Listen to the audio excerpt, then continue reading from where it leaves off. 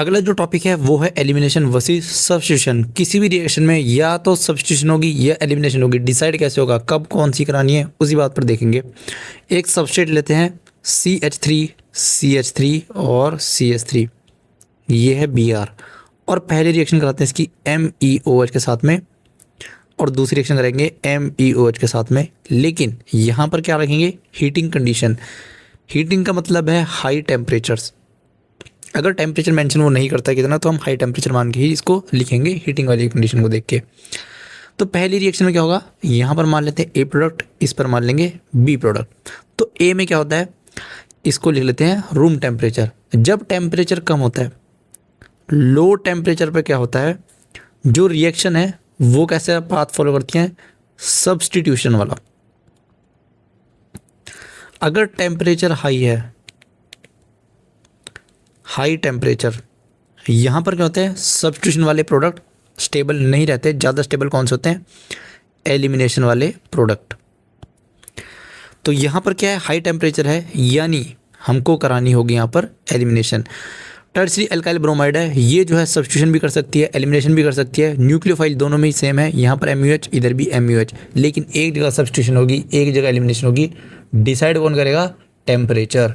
Low temperature या room temperature पर अगर ए की बात करते हैं, यहाँ कार्बन और यहाँ लग जाएगा OMe, ये तो कैसे गई, SN1 रिएक्शन होगी। टर्सरी एल्काइल ब्रोमाइड कैसे जाता है, SN1 से जाता है। पहले Br बाहर जाएगा, फॉर्मेशन होगा कार्बोकेटायन का, ये बन जाएगा प्रोडक्ट, उसके बाद MUH अटैक कर जाएगा। लेकिन अगर बात करते हैं हाई टेम्परेचर पे, तो इस केस में MUH as a nucleophile act ही नहीं करेगा। वो क्या करेगा, एज अ बेस एक्ट करेगा। यहाँ से हाइड्रोजन को पकड़ेगा, ये इधर, और Br माइनस बाहर, यानी यहाँ पर हो जाएगा एल्कीन का फॉर्मेशन। तो हाई टेम्परेचर पर एलिमिनेशन और लो टेम्परेचर पर सब्स्टिट्यूशन, ये तो पहले ही थी जानकारी जो हमको ध्यान रखनी है। अब इसको और अच्छे से थोड़ा क्वेश्चन अप्लाई करके देखते हैं।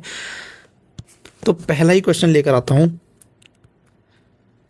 CH3 CH2O minus Na positive, इसी को क्या लिखते हैं हम, जो हमसे लिख रहे थे NaOET, यही है वो NaOET, NaOC2 CH2 CH3, इसी को बोलते हैं NaOET। और ये कैसा था, स्ट्रॉन्ग बेस था, और स्ट्रॉन्ग बेस हमने क्या पढ़ रखा है, एलिमिनेशन रिएक्शन करता है। लेकिन अगर सामने कैसा हो, CH3 CH2 Br, और टेम्परेचर दे रखा है 55 डिग्री सेल्सियस, भले ही कैसा है, स्ट्रॉन्ग बेस है, और स्ट्रॉन्ग बेस हमने क्या पढ़ रखा है, एलिमिनेशन रिएक्शन करते हैं।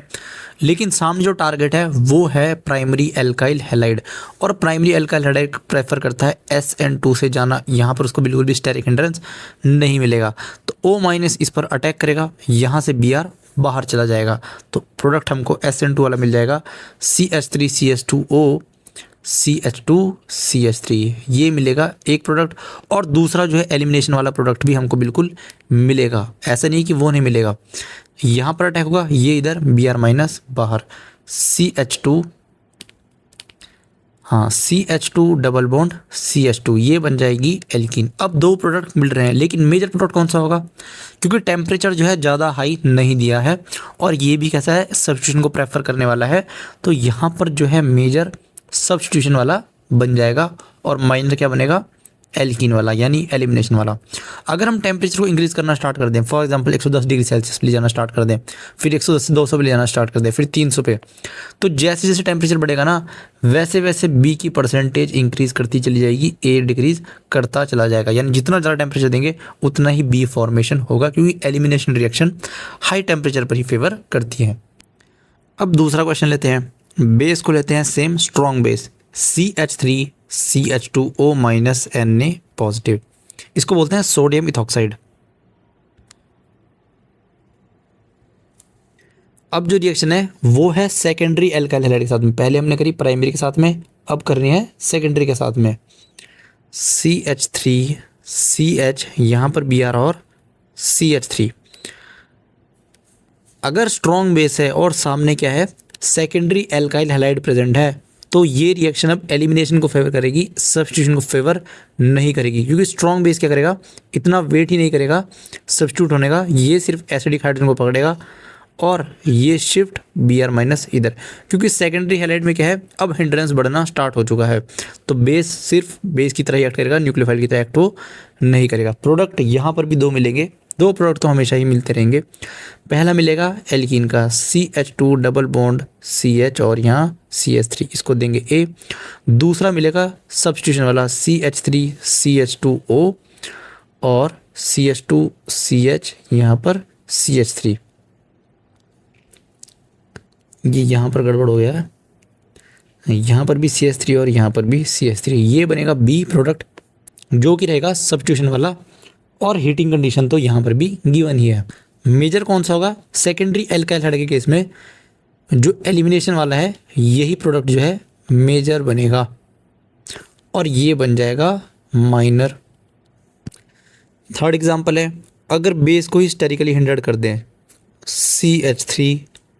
CH3 और यहाँ पर O माइनस K पॉजिटिव, इसको कैसे लिखाएगा TBuOK, पोटेशियम टर्ट ब्यूटॉक्साइड ऐसे भी लिख के दे सकता है। अगर इसकी रिएक्शन करा देंगे, अगर हम प्राइमरी एल्काइल हाइड्राइड के साथ भी कराएंगे CH3CH2 यहाँ पर Br, अब ये जो है SN2 को प्रेफर कर लेगा इजीली क्योंकि स्टेरिक हिंड्रेंस कम है, लेकिन बेस जो है काफ़ी स्टेरिकली हिंडर्ड है, वो जो है सब्स्टिट्यूशन करना प्रेफर ही नहीं करेगा। ये अटैक होगा इधर, ये इधर Br माइनस बाहर, यानी एलिमिनेशन वाला फिर से यहाँ पर मेजर बनेगा। दूसरा जो प्रोडक्ट बनेगा वो बिल्कुल सब्स्टिट्यूशन वाला होगा, यहाँ पर एक कार्बन दो कार्बन और यहाँ पर O CH2 CH3, तो एक प्रोडक्ट तो ये बनेगा, इसको नाम देंगे B, इसको A। मेजर कौन सा बनेगा, एलिमिनेशन वाला, यानी एल्कीन बनेगी मेजर प्रोडक्ट। और एक एग्जांपल तो हमने ऑलरेडी कवर कर ही लिया है, ये वाला कि अगर रूम टेम्परेचर होगा, बेस ये कैसा है, एक वीक बेस भी वीक है और न्यूक्लियोफाइल भी वीक ही है। रूम टेम्परेचर पर तो सब्स्टिट्यूशन कर देगा, लेकिन अगर हाई टेम्परेचर रखा तो ये यहाँ पर एलिमिनेशन प्रोसीड कर देगा, इस बात को ध्यान रखेंगे।